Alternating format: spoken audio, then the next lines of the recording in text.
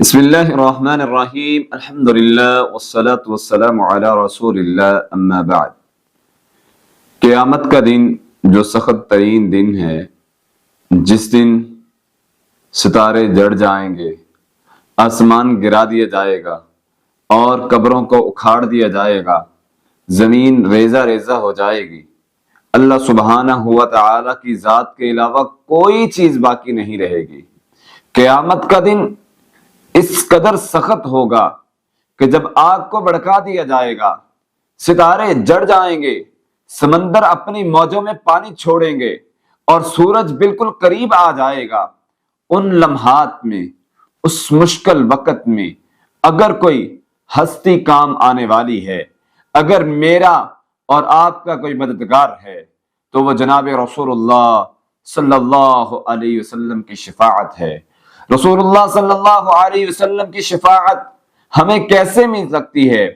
ایسی دعا جس کے بارے میں خود رسول کائنات صلی اللہ علیہ وسلم نے فرمایا، جو انسان یہ دعا پڑھ لیتا ہے، سیدنا جابر رضی اللہ تعالیٰ عنہ بیان کرتے ہیں، نبی کائنات صلی اللہ علیہ وسلم نے فرمایا، جو انسان اذان سنے اور اذان کا جواب دے، اذان سننے کے بعد یہ دعا پڑھے، نبی کائنات صلی اللہ علیہ وسلم فرماتے ہیں قیامت کے دن میری اس شخص کو شفاعت نصیب ہوگی۔ وہ دعا کون سی ہے؟ آپ صلی اللہ علیہ وسلم فرماتے ہیں، اللہم رب هذه الدعوة التامة والصلاة القائمة آت محمدا الوسيلة والفضيلة وبعثه مقاما محمودا الذي وعدته۔ نبی کائنات صلی اللہ علیہ وسلم فرماتے ہیں، حلت لہ شفاعتی یوم القیامہ، قیامت کے دن اس شخص کے لیے میری شفاعت ہوگی۔ اگر میں اور آپ چاہتے ہیں کہ ہمیں اس حالت میں جب کوئی کسی کا وارث کام نہیں آئے گا، کوئی چیز کام نہیں آئے گی، کسی کی سفارش نہیں چلے گی، اس وقت نبی کریم صلی اللہ علیہ وسلم شفاعت کریں گے۔